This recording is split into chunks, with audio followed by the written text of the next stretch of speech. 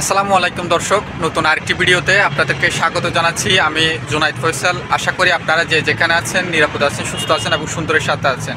আজকের এই ভিডিওটা খুবই গুরুত্বপূর্ণ। আপনারা যারা বাংলাদেশ থেকে সাইপ্রাসে যেতে চান, অনেকেই জেনে যান, অনেকে না জেনে যান। সাইপ্রাসে গিয়ে অনেকেই সফল হতে পারেন, সাইপ্রাস থেকে আশেপাশে সেনজেনভুক্ত দেশগুলোতে পৌঁছাইতে পারেন। আবার অনেকেই সেখানে দালালদের ফাঁদে পড়ে লাইফ টোটালি ডেস্ট্রয় করে ফেলেন। আমি দৃঢ়ভাবে বিশ্বাস করি আপনারা যারা সাইপ্রাসে যেতে চান তাদের এই ভিডিওটা দেখা খুব বেশি গুরুত্বপূর্ণ। একই সাথে আমার একটা ছোট্ট আবদার, দয়া করে আমার চ্যানেলটি সাবস্ক্রাইব করে দেবেন।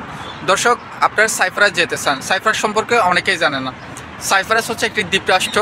এটির অবস্থান হচ্ছে, আপনারা যে ভূমধ্যসাগর শুনেন, যে অর্থাৎ লিবিয়া থেকে ইতালিতে গেম হওয়ার সময় যেই সাগরটা পার হয়, ভূমধ্যসাগর বা মেডিটেরিয়ান সি, এটার পূর্ব উত্তর কোণে যেই অংশটুকু আছে এটাকে এজিয়ান উপসাগর বা এজিয়ান গাল্ফ বলা হয়। এটা তুরস্ক এবং গ্রিসের মাঝখানে, এর মাঝখানে একটি দ্বীপ আছে যেটা হচ্ছে সাইপ্রাস। এখানে স্থানীয় অনেকগুলো জনগোষ্ঠী ছিল, তারা কিছু খ্রিস্টান ছিল, কিছু মুসলিম ছিল। দেখা গেল কি সেটা অনেক দিন পর্যন্ত তুর্কি সালতানাতের অধীনে ছিল, পরে ইউরোপীয়রা গ্রিসকে দিয়ে দখল করায়। তো এখন যেহেতু দীর্ঘদিন তুরস্কের একটা অধীনে ছিল, সেখানে তুরস্কের একটা অধিকার আছে। গ্রিস দখল করার পরে তুরস্ক পাল্টা আক্রমণ করে তুরস্ক কিছুটা দখল করে, অর্থাৎ এই দ্বীপের 40% হচ্ছে তুরস্কের অধীনে, 60% হচ্ছে গ্রিসের অধীনে। 60% গ্রিসের অধীনে সেটাকে বলা হয় সাউদার্ন সাইপ্রাস, আর 40% যে তুরস্কের অধীনে সেটাকে বলা হয় নর্দার্ন সাইপ্রাস।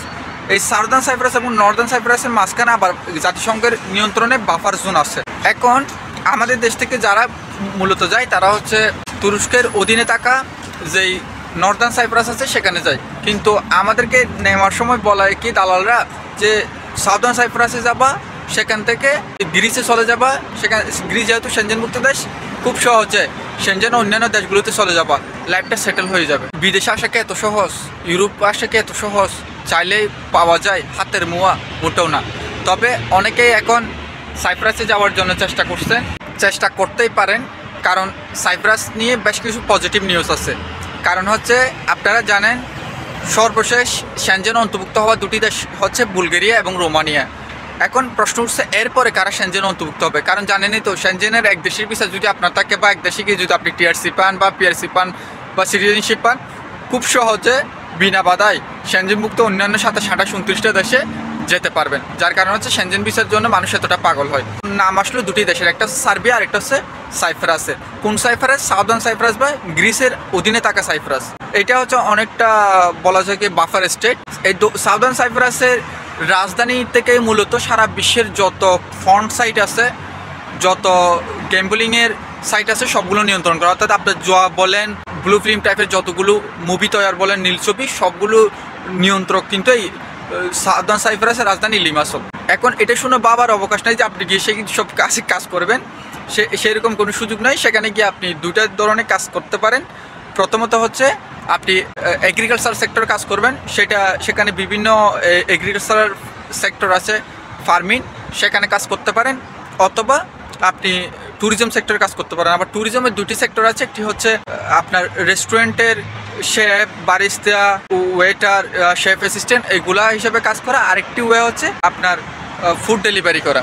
এই দুটি কাজে মূলত আমাদের সাউথ এশিয়া থেকে যারা যায় তারা করে। আপনি সাউদার্ন সাইপ্রাসে যান, নর্দার্ন সাইপ্রাসে যান, আপনি অসংখ্য বাংলাদেশি, পাকিস্তানি, ইন্ডিয়ান, শ্রীলঙ্কান, নেপালি পাবেন, এ বিষয়ে কোনো সন্দেহ নাই। আরেকটি প্রশ্ন আমাদেরকে থাকবে, সেটা হচ্ছে সেখানে যাবেন কত টাকা ইনকাম করবেন। সেখানে গেলে আপনি মোটামুটি 70 থেকে 80 হাজার টাকা ইনকাম করতে পারবেন, থাকা খাওয়া কোম্পানি দিয়ে।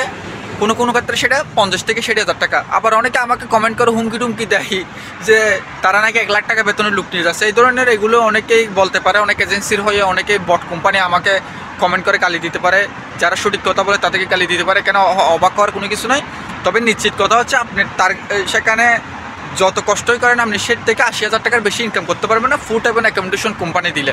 এটা হচ্ছে সর্বশেষ তথ্য গ্রিস সাইপ্রাসের জন্য। আর যদি সেটা তুর্কি সাইপ্রাস হয়, সেক্ষেত্রে আপনার 20-30 হাজার টাকা কমে কামাইতে পারবেন, 40-50 হাজার টাকার বেশি কামানো যাবে না। এখন আপনাদের প্রতি আমার একটা পরামর্শ থাকবে, আপনি সাইপ্রাসে যেতে চান, আলহামদুলিল্লাহ যান, কোনো সমস্যা নাই, সবসময় দোয়া থাকবে। তবে যাওয়ার আগে কিছু বিষয় ক্লিয়ার করে নেবেন। আপনাকে কোম্পানি খাবার দিবে কিনা, টাকা দিবে কিনা, কত টাকা বেতন দিবে, আপনার কাজটা কি সেটা নিশ্চিত হয়ে যাবেন। আপনি যদি সেখানে গিয়ে বলেন যে আপনি ফ্যাক্টরি ওয়ার্ক দিবেন, ওয়্যার হাউসে কাজ করবেন, হ্যান ত্যান করবেন, এটা হচ্ছে পুরোটাই একটা ফেক হবে। কারণ এইভাবে কাজ এই দেশে করা যায় না। কারণ হচ্ছে এটা দ্বীপরাষ্ট্র, ছোট্ট রাষ্ট্র, এখানে ফ্যাক্টরি কোত্থেকে আসবে। সুতরাং এগুলো ক্লিয়ার থাকবে। অর্থাৎ ফার্মিং ওয়ার্ক বা ট্যুরিজম সেক্টরে কোনো কাজ হলে ঠিক আছে আপনি যাইতে পারেন। আর সবচেয়ে বড় যেটা জরুরি আপনার করতে হবে সেটা হচ্ছে আপনি কি তুর্কি সাইপ্রাসে যাচ্ছেন, অর্থাৎ নর্দার্ন সাইপ্রাসে যাচ্ছেন, নাকি গ্রিস সাইপ্রাস বা সার্দার্ন সাইপ্রাসে যাচ্ছেন, সেটা শিওর হতে হবে। এখন এই গ্রিস সাইপ্রাসে মানুষ যেতে চাওয়ার আরেকটি কারণ হচ্ছে গ্রিস সাইপ্রাসে যদি গিয়ে 2 থেকে 2.5 বছর থাকতে পারেন, সেখানে আপনার টিআরসি মিলবে। টিআরসি মিললে যেহেতু এটা গ্রিস অধীনে বা এটা একটা বাফার স্টেট, এখান থেকে খুব সহজে সেনজেনের অন্যান্য দেশগুলোতে মুভ করা যাবে। আপনারা জানেন বর্তমানে সেনজেনের কাজের ভিসা ম্যানেজ করা বা ভিজিট ভিসা ম্যানেজ করা অনেক বেশি চাপ। এই অবস্থায় যদি আপনারা গ্রিস সাইপ্রাস হয়ে ইউরোপে মুভ করতে পারেন ভালো, তবে অবশ্যই নিশ্চিত হতে হবে সেটি যাতে গ্রিস সাইপ্রাস হয়। যদি গ্রিস সাইপ্রাসের কথা বলে তুর্কি সাইপ্রাসে দেয়, এই বাফার জোন ক্রস করতে পারবেন না, গেম দিতে যাবেন, গুলিকেই মারা যাবেন। যেহেতু দুটি দেশের মধ্যে কনফ্লিক্ট আছে, অথবা নির্যাতনের শিকার হবেন, অথবা জেলে থাকবেন, অনেকগুলো ঝামেলা।